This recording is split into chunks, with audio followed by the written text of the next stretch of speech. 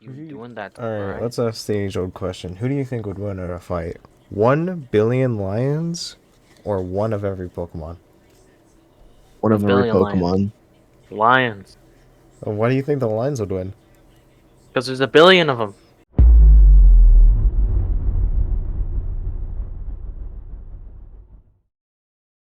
Rise and shine, Sunset Slayers and Pokepals. It is DuskyDex coming back at you today, and we ask the age-old question. What the dog doing? I have had it. I have seen it on my TikTok. I have seen it on my Instagram page recently. For some reason, this topic has come back up into my mind, and my friends have talked about it, and I'm putting my foot down. I'm stating my opinions to the judges themselves, and I'm giving y'all an answer to depend on. And I'm gonna make it more fun. I've got two simulations for you. The anime and dex logic, and the game logic side. Since the live action really doesn't matter, I mean, why would it? And there aren't actually any rules stated for this argument, we'll go based off of two sides here.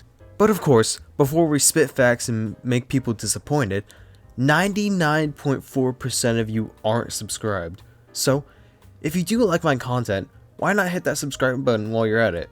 In last video, we hit over 30 new people on the channel, and my goal is to make it to 200 before the end of this year.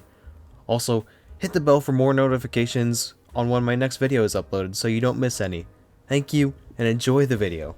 Now for power scaling measures, this gets quite insane, and I'm always willing to stand my ground on an argument, no matter the topic. If I feel like picking a side worthy of defending, I'll choose it. If I don't, I'll just be on either side. Let's start out with the dex logic, or should I say, broken. There is no way in the distortion world that the lions even have a chance of winning. Now you might say, well, 1 billion lions is a lot. Well, I don't give two shinkses. Gardevoir can create black holes. Have you seen a lion escape a black hole, let alone swim across the Atlantic Ocean? I don't think so. I don't even think that lions could harm Mega Steelix. This thing is rougher than diamonds. Now, ladies and gentlemen of the audience, I'd like to bring your attention to the screen as I present Mr. Ultra Necrozma. This man, standing at 24 feet tall, had 10-year-old me shitless because he wiped the floor with my team, and I had to do like several attempts to beat him. As stated in his Pokédex entry, he is stated to suck the light out of dimensions, to have laser beams that can cut anything, and its light affects living things and nature. That's right, people. You have a Pokemon that can control light, affect nature, living things, and its laser beams can cut through anything. How are you gonna tell me that the lions can beat the literal embodiment of light? But now that I'm older, I love this man's design for all it's worth, and I'm gonna give him a real match real soon since I've been playing Ultra Sun. I'm coming for you. Another point that I'd like to bring up is that Eternatus can warp space and time, just like Palkia and Dialga. And Arceus is literally Pokegod. I don't really like to bring them up because, well, dear Arceus, they are impossible. And it's just like, why? This is One Punch Man scaling. Now, Macargo, you know this guy, little guy, you know, little lava guy, little fire boy and water girl or whatever. He is 18,000 degrees. And I mean, I'm not one to be biased or anything, but my girl Sliggoo has a body coated in slime that can melt through anything.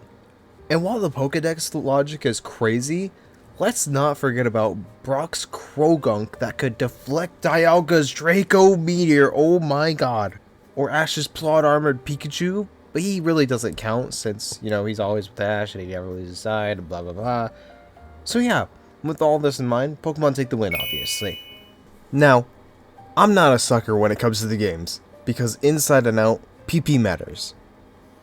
Okay, I didn't even mean to make a joke, no pun intended. Each Pokemon, as you know, can only have 4 moves in total per battle. So, let's say each Pokemon had about 4 moves with about 30 PP, and each move could OHKO 1 Lion. Theoretically, of course. Each Pokemon could take out 120, including 1025 of them.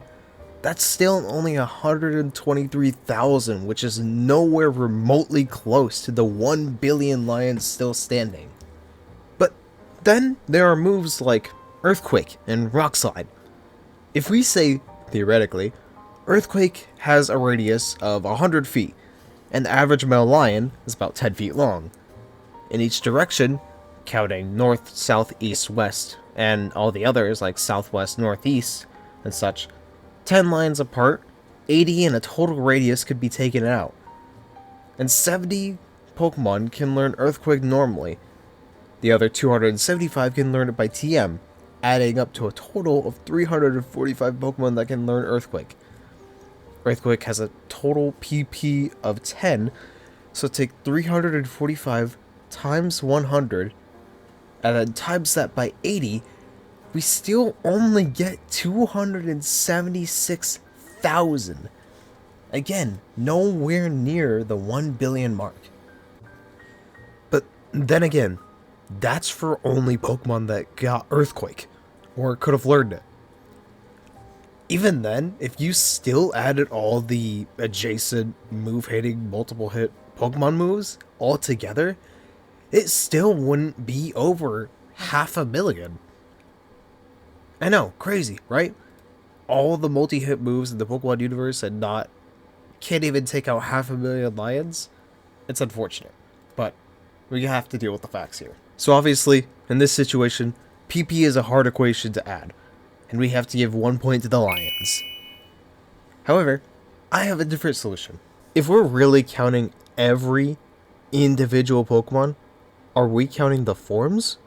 Because if we are, there are Pokemon like Lycanroc, who have the Midnight and Midday form, Alcremie, who has all the different cream forms, and the most powerful Spinda, with 4 billion different forms that could possibly counter the 1 billion lions. I mean, it would only give each lion 4 Spindas to deal with, which, then again, the lions would probably tear them up pretty easily, but that would obviously give a point in numbers to the Pokemon. Now, lions have been factually stated to have a bite force of 650 to 1,000 pound bite force, which is strong enough to chew through your favorite Pikachu. And, I mean, the average lion can run about 46 miles per hour, which is slower than a cheetah, but that's still pretty fast to outrun your human little body. Okay, you know what? Enough of this. Pokemon would win. Man, I don't even care if there's a billion of them. So what? We've got 7 billion people on Earth. And these lions, they could just be shot. You could slice them in half with a sword. Probably. Each Pokemon would have to take out 1 million lions each. But we have Pokemon that can fly at Mach speeds. We have Flyers, Divers, Criers, and 2021 California Fires. But at the end of the day, the Lions fans just know they're doomed. There's just no way in any reality in which the Lions win. Numbers don't always mean everything. Sometimes it's more than that. It's about friendship. Nah, who am I kidding? The Pokemon would tear up those lions. I don't even care. But anyway, if you liked the video, I'm gonna have to ask you to like, subscribe, and comment down below on what you think about this. And what's your opinion? Who would win? Lions or Pokemon? Anyway, I'm DuskyDex. Let's hope to hit that 200 sub goal before the end of this year. And I'll see you after the sunset. Goodbye.